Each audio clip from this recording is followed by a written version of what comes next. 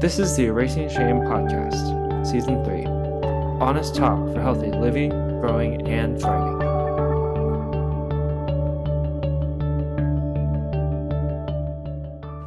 Welcome to a very special episode of Erasing Shame. And my name is DJ Chuang. And in this episode, we're recording live before a workshop audience during the second annual Mental Health Conference at Cal State Fullerton on March 9th. Erasing Shame is a podcast that we launched in February of 2018, just over a year ago. And Eunice Lee and I started the first season of Erasing Shame for honest talk about healthy living, relationally, emotionally, mentally, and personally. And the format of the podcast was simple. The two of us, as co-hosts, would talk about different aspects of shame as peers, as normal people, not as professionals or experts. And we would also have special guests come on and share their own stories and lived experiences. Eunice Lee is a therapist in the Alhambra area where the population is largely Asian and Hispanic. And we noticed that in the field of psychology and counseling, that it's dominated by majority white culture, both the ones studying the subject to become professional service providers and for those seeking services. Here's a few statistics. 2% of psychiatrists identify as Black. Asian Americans are 3 times less likely to seek mental health services than whites. 25% of Hispanics are living in poverty in the U.S. and cannot afford health care. And overall, you heard the stat earlier, 1 in 5 is affected by mental health every year. So some people might ask, why a podcast to talk about shame?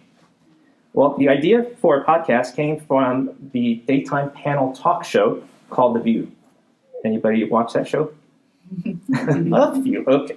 Well, I figure if 4 people could talk every day about trending topics and tropes, surely I could find 4 Asian American and people of color to talk about once a week something that matters.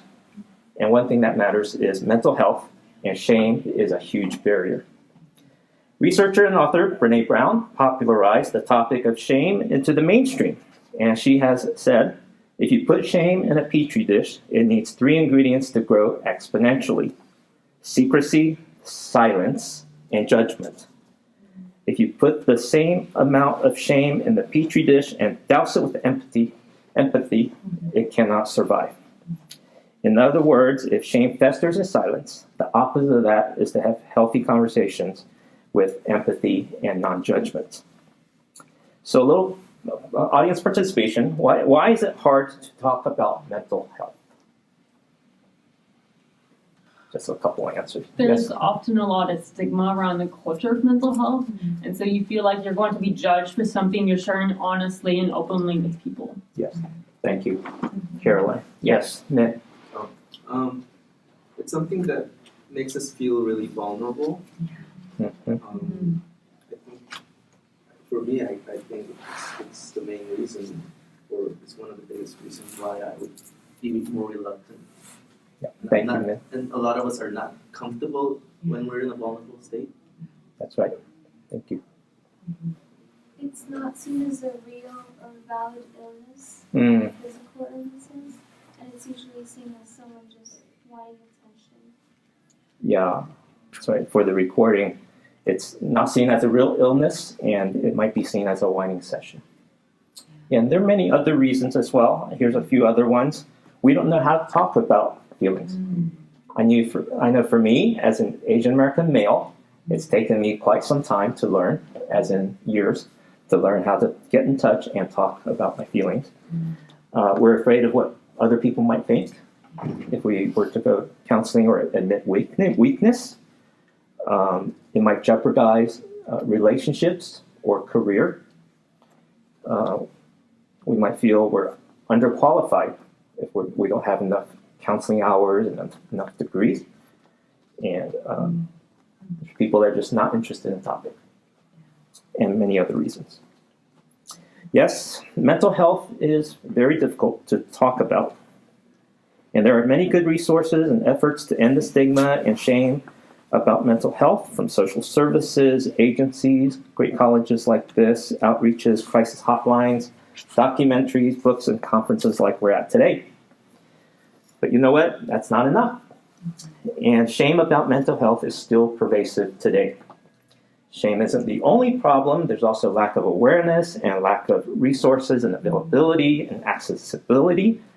And too many people who struggle are surviving with a lesser quality of life, and some even choose death by suicide. And I know what that's like because I am one who struggles with mental health. My family history started in Taiwan, born in 1966, so I'm 53 this year, and came to the U.S. when I was 8. I grew up in a traditional Chinese family, steeped in Chinese culture, living in a small town of 20,000 in Virginia. We were one of 5 Asian families in this little colonial town. Now, I studied computer engineering at Virginia Tech, graduated in the class of 1988, and that's over 30 years ago, pre-internet, so I'm geeking out with all the technology we have here. It'll be so fun to go to college now. For most of those years, I worked in a variety of jobs in the nonprofit world, including pastoring a couple of churches, developing software, consulting with innovative organizations, reviewing grant proposals, planning events, and I love the idea of trying new things. But my heart and mind couldn't keep up with some of those job changes. I got stressed out. I got triggered in the year 2000. 19 years ago, my life was out of control and I could no longer function, and I had to get help. Up to that time, I was able to function, and so I didn't think anything was wrong. And even though I struggled, for example, the last semester, actually the last year of my graduate school, I lost like 20 pounds because of the worry of what would happen next because I didn't have a job. And I never wanted to go see a counselor or therapist because of stigma and what shame it might bring to my family, or at least I thought so. And since that time, I've worked on recovery and managed my mood disorder. I stay healthy and do my self-care by staying on medication. The tendency for bipolar disorder is to get off that medication. I see my therapist every week when I can, and I sleep 9 hours a night. I eat what I enjoy. I work out twice a week at this place called Orange Theory, and I connect with friends. And Dave's one of my friends. Yes, you wanted to say something? Can you describe your bipolar? Yeah, so bipolar is a mood disorder. So I have times when I feel really high, really energetic. I need less sleep. I have lots of creative ideas. I have a lot of productivity. I'm reaching out and talking with everybody I see. And then when I'm low, it pretty much looks like depression.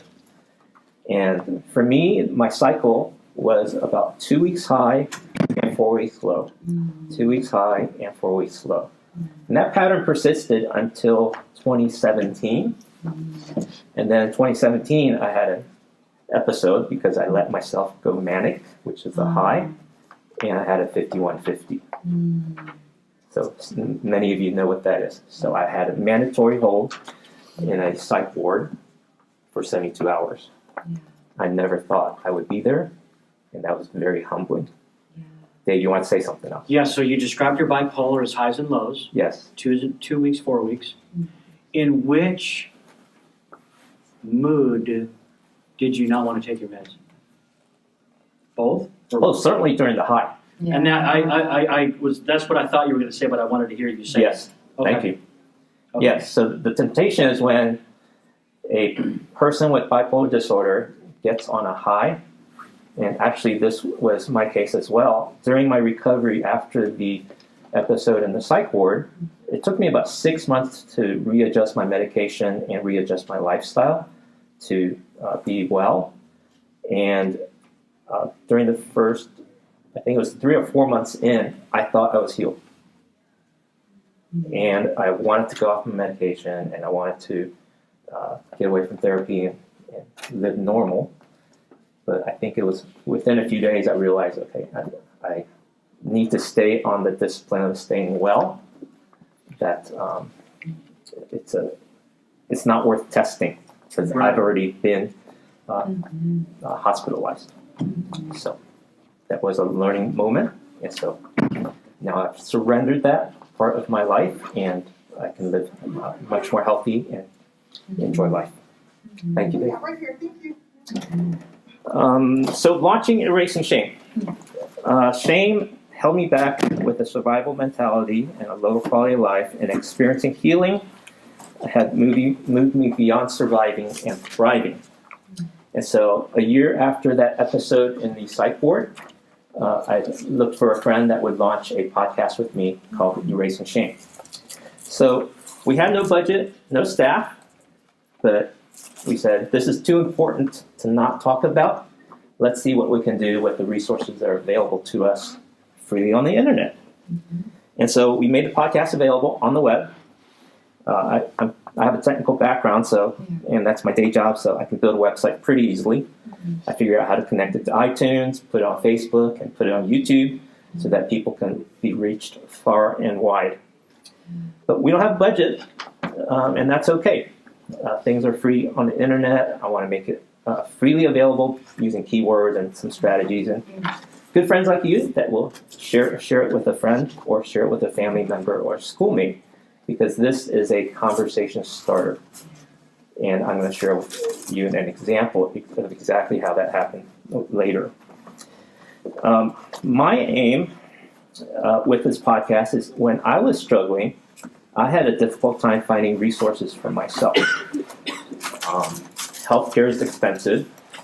The outreaches with conferences and seminars and documentaries, they come around once a year, once a quarter maybe, and sometimes it doesn't work with my schedule.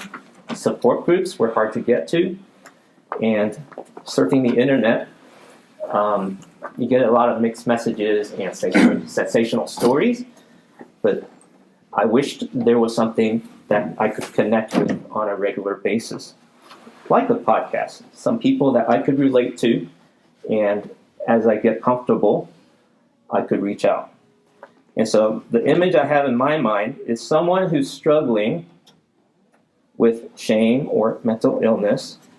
They're probably by themselves in their bedroom, the door's closed, they can't talk to their parents, and they don't know where to turn for help. But they're probably surfing the internet and browsing social media. And if we can help that one person, reach that one person, it's been worth it. And so we've produced 40 episodes last year, almost every week. And what's amazing about technology, you can post something online in the public, and it can reach the ends of the world. And so that's why I'm live streaming, so that other people, there's going to be more people that hear this presentation than all of you in the room. So, but thank you for being the live audience and participating. So let me share a few clips. This first clip, let me set that up, is with Eunice Lee, my first co-host, and she shares a example from her own story of experiencing shame. Yeah. How about you? I think for me, it was never the big things that have caused me. Like, I remember in 10th grade, I can't believe I'm sharing this story, but I was talking in an English class about my future, and I was saying I was going to be a psychologist and talking about some of the needs that we have. Like, there's like a hierarchy of needs triangle. You can look it up online. But anyways, instead of saying self-actualization, I accidentally said sex, and it was super embarrassing. Oh my. But that's not what was embarrassing. That wasn't shameful to me. That was just embarrassing. And it was like, okay, that's embarrassing, but it would be universally embarrassing. So I could laugh it off. But I remember this one moment of shame when I was like 6 or 7, and we went to the grocery store, and I realized that I was wearing pajama pants instead of regular pants. Oh, you're And a trendsetter. Yeah. Well, now it would be fine. But back then it was like, oh my gosh, what if people see? And then we saw some family friends, and I was like, Mom, don't say anything. Don't say anything. And of course, the first thing she said is, oh, Eunice is wearing her pajama pants. And then they laughed at me. And then she said, she also wanted me not to say anything. And I just remember feeling this kind of like shut down of like, oh, I can't be different. I can't stand out. I can't ever do anything wrong. because the moment that I do, it was like when you hit water on like an oiled pan, it just like kind of like explodes, and it's like, oh, I really don't want to be different. I don't want to be seen for certain things. Yeah, so that's episode 1. You're welcome to go to erasingshame.com and watch the rest of that episode and some of the other ones you can browse through. We've had conversations about all kinds of aspects of shame during that first season, and Eunice was very gracious to roll with the punches. The technology we used for that first season was Facebook Live, and so there was no editing, a little bit of prep, but it was live before an audience. So that it's kind of like public speaking. I don't know how many of you have done public speaking, but kind of amped that up even more. So a bit nerve-wracking. We had some special guests come on that have done public speaking, done seminars, but going live on the web where the world can see even made them nervous. So that was a fun first episode, first season, and we continued. And so through a connection and through before I get into that, erasing shame. So here's how we describe it. Erasing shame is the process of coming out of hiding in the darkness, and carrying the weight of those secrets all by yourself, and finding a safe person to talk about the painful feelings to lighten your load.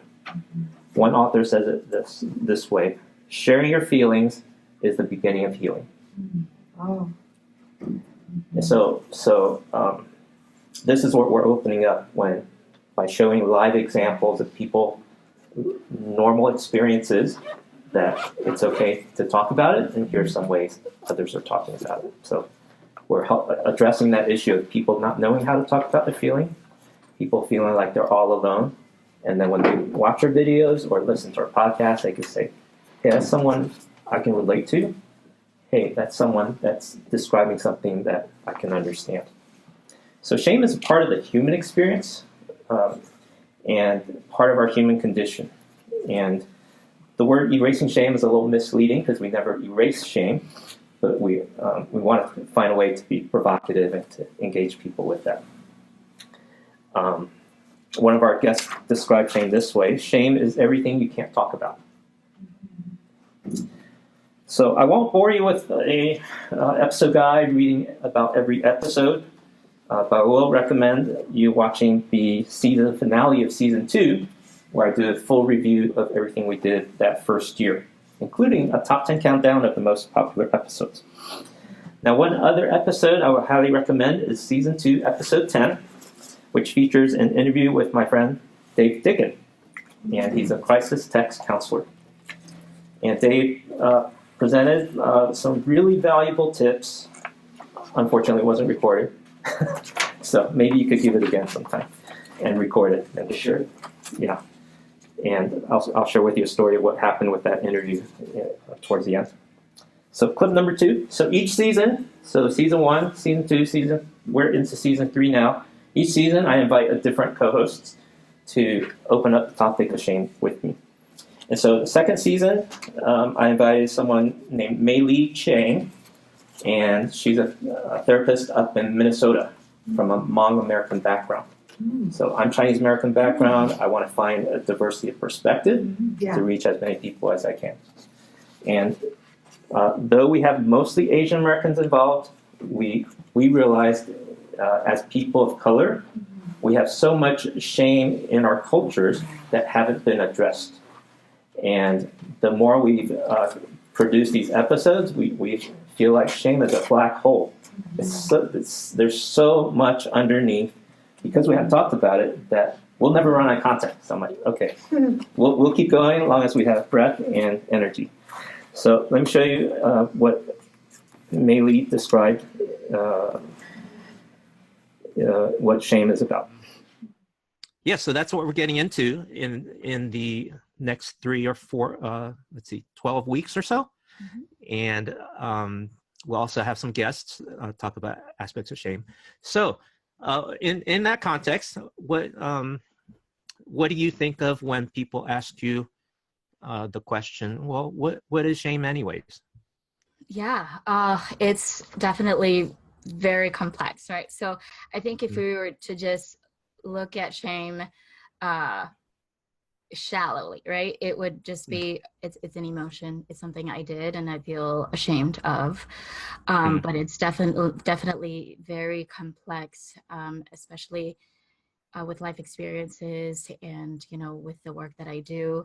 And it is a human experience, right? It's not Asian American, Western Yes. or Eastern, but it looks different in Mm-hmm. the environment that we're shaped in and the culture that we're shaped in. And so I am excited to talk about maybe specific ways in which I myself, I can only speak for myself, not for the whole Southeast Asian, because there's so much diversity in that as well.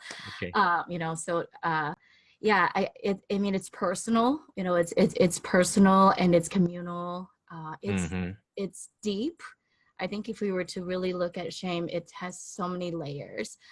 It Yes. comes with history, with deep wounds, with, upbringing, and to unpack that, like you said earlier, that it'll take forever, right? So that's why I guess we're having these conversations to focus on a little bit at a time. But yeah, it's interesting because I think in my experience, when it's toxic shame, it becomes a condition and it's chronic, and it becomes a part of you, even though it's a learned experience. It somehow feels second nature. It feels like, oh, I was born with this. I was born with shame.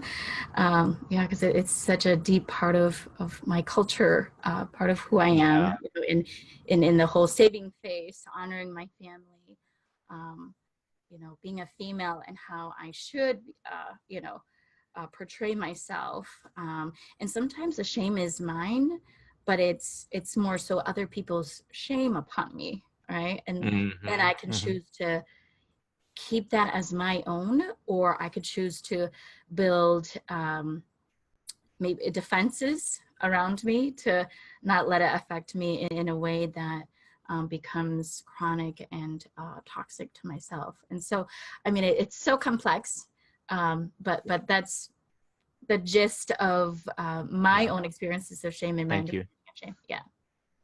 Yeah, and that's why we do need to talk about it. Yeah, so Mei Li and I did season 2 and had a number of good conversations around that, including trauma and the refugee experience and some of the dynamics in the Hmong American community. So my first season co-host was Korean American, my second season Hmong American, and then the current season with Nancy Lee. She is half Vietnamese and half Chinese. And I've never met Mei Li in person, so it's entirely virtual. Eunice, I got to meet her after season 1, and then Nancy I got to meet before season 3. So, okay, so one more thing I'll mention, and I want to open it up for interactive Q&A, because I think conversations are what helps us to begin erasing shame. So in the summer of 2018, we released a special series called Erasing Shame about mental health in Asian American communities. So you have cards from that series. And we did a collaboration with Asian American Christian Counseling Service and a mini grant from the California Mental Health Services Authority. And our goal was to reach young adults in their teens and 20s with relatable stories and conversations, not lectures and talking heads. I'm over 50 years old, so I didn't think I was the right person to be doing the interviews. So I asked my 21-year-old son, Jeremiah, to help, and he agreed to be our host. And my son was in college junior year, like many of you here, and he did a good job. I urged him to practice, but he didn't want to practice, so he just went for it. He did fine. And with a small budget, we recorded 10 episodes with professional video and editing. We had young adults share about their lived experiences with mental health struggles, and we covered all kinds of topics, including anxiety, family dysfunction, depression, performance pressure, sexuality, biracial identity crisis, and more. So again, these are great conversation starters, and people have shared them to help others. I'm going to show you a clip from our most popular episode ever, and this had over 10,000 views. This is Andrew. Yeah, so I started becoming more aware of what was going on in my family and the things that I experienced as a child when, about a year ago actually, I was doing some training. I was working with some foster youth and I was doing some training about dealing with childhood trauma and behavioral disorders, stuff like that. And one of the things I had read was talking about unhealthy child, settings, environments, and homes. And I was getting all these flashbacks of like, oh my gosh, I think I fit into these categories. But I always felt like we didn't. I always felt like everything was good. I felt like generally it wasn't that bad. I'm not coming from like an incredibly, like the kind of TV show, domestic violence type of stuff, but there's a lot of emotional neglect, a lot of emotional abuse, a lot of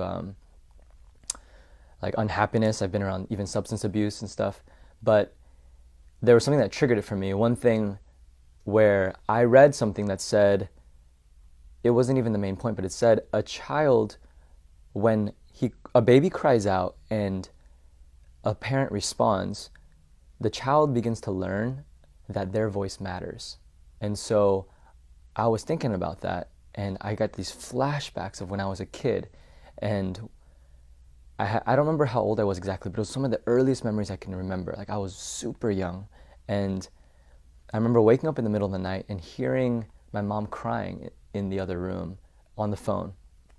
And I go, and she's in the kitchen, and I see, and I'm in the shadow, and the lights on in the kitchen. I hear her, and she's on the phone, and she's arguing with my dad and saying, "Dad, you're not being a good father. Your kids need you. Where are you? Why aren't you home?"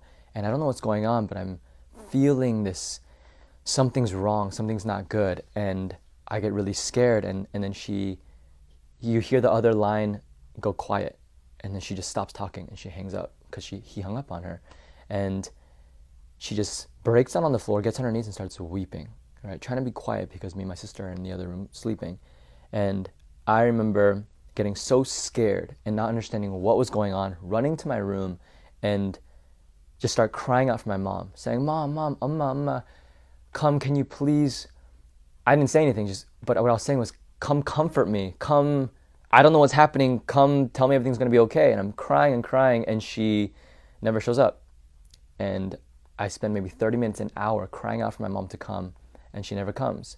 And then I get quiet, and I'm a little bit confused. And then I hear my mom walk down the hallway, and then I hear her door close, and she's in the other room. And I remember just thinking that moment, there's something so wrong with my mom, she can't come to me. And that just burned in my mind, and I think even from that started beginning to realize, or beginning to tell myself that my voice doesn't matter, that their needs are more important than my needs, that things are wrong, and unless other people are happy and okay, then everything's wrong. And you can watch that on erasingshame.com for the rest of the story. We had at least three people during that summer series that shared their experience of shame for the first time on record for the public. And one of the gals named Hannah told me after she recorded that episode, she felt lighter. It was an amazing experience to just release that story. And she was ready to share it, although with some nervousness. So when you know someone that's ready to share their story, we have an open platform. We want to create that open space for people to lighten their load and help someone else. So by the end of summer, we had over 200,000 minutes viewed on Facebook and YouTube, over 2,500 podcast downloads, and those are still online, helping people today. I want to share with you a couple comments and close out. So Daniel writes in and says, thank you for what you're doing with this blog, podcast, and YouTube channel. It is an encouragement for me as an Asian American who has struggled with depression most of my life. As a community living in the U.S., I find it so important to find safe places to share and connect. Shame can be such a barrier to looking for help. Razel writes, as a non-Asian, I can relate to this a lot. This gives me a lot of language that I need to help talk about shame. And it also helps me when I'm talking to my own therapist. Thank you for this. And one last thing I'll share. So earlier I mentioned my friend Dave Dickens was on season 2, episode 10. Yeah, 3 weeks after that episode, Dave emails me and tells me what happened as a result of that interview. And the email read, I received a phone call from a colleague out of my Los Angeles office. He said that he needed to talk to me about something personal outside of work. So I listened as he shared with me about his 19-year-old stepson who is having suicidal thoughts. I viewed, quote unquote, from this colleague, I viewed your Erasing Shame interview that you posted a few weeks back, not knowing that I would need to reach out. I appreciate your work in this matter and that you shared it on Facebook. A divine appointment. Mm-hmm. So that was a very encouraging thing. Thank you for sharing that with your colleague. And that's the kind of thing that we believe can happen as these podcasts go out. So this is something you can do. Share an episode or share the podcast with a friend, a family member, or a colleague. And it's amazing what opens up because of something else that you can refer to, so you don't have to have that direct conversation, because that would be just a little too much for the first conversation, right? So, this one time, my mom has a friend. My mom lives in Rockville, Maryland. I live here in Orange County, and my mom, who's 75 or so, has a Chinese-speaking friend who watches Erasing Shame pretty faithfully. In this one episode, the audio was not working on YouTube, and I didn't check all the technical settings, and then when I went back to visit my mom, I think a month after that episode, my mom's like, hey, this one episode is missing audio, you need to fix it. So someone who's not even English speaking was able to help me get that episode fixed. So it's amazing who this podcast is beginning to reach. And so for us, we can be a generation that is erasing shame and stigma by sharing. And every one of you can tell someone about what you experienced at this conference, and you can invite people to check out Erasing Shame Podcast. The web address is erasingshame.com. Again, the web address is erasingshame.com. And I also want to illustrate that some of you can use your social media platform to be an advocate for mental health, whether that's posting a quote or image, blogging, or even podcasting. So if you'd like some help with that, we'd love to help you. And before we end the recording session, I'll take one question on the record, and then we'll close the recording, and we can have some more conversations. So anyone want to ask a question for the video and the podcast? I don't have a question, but I have a comment. Great, thank you. Go ahead. All right. My name's Patricia Salcedo, and I'm a mental illness survivor. I've made a lot of progress in the last 6 years, and I just want to congratulate you on creating this safe place, and for people of color, for everyone. And I like how you're making space for other cultures that experience the same shame, history, legacy, heritage, whatever you want to call it. And my experience is the breaking that stigma for generations. So I acknowledge it, I see it, and it's beautiful that you have the courage, because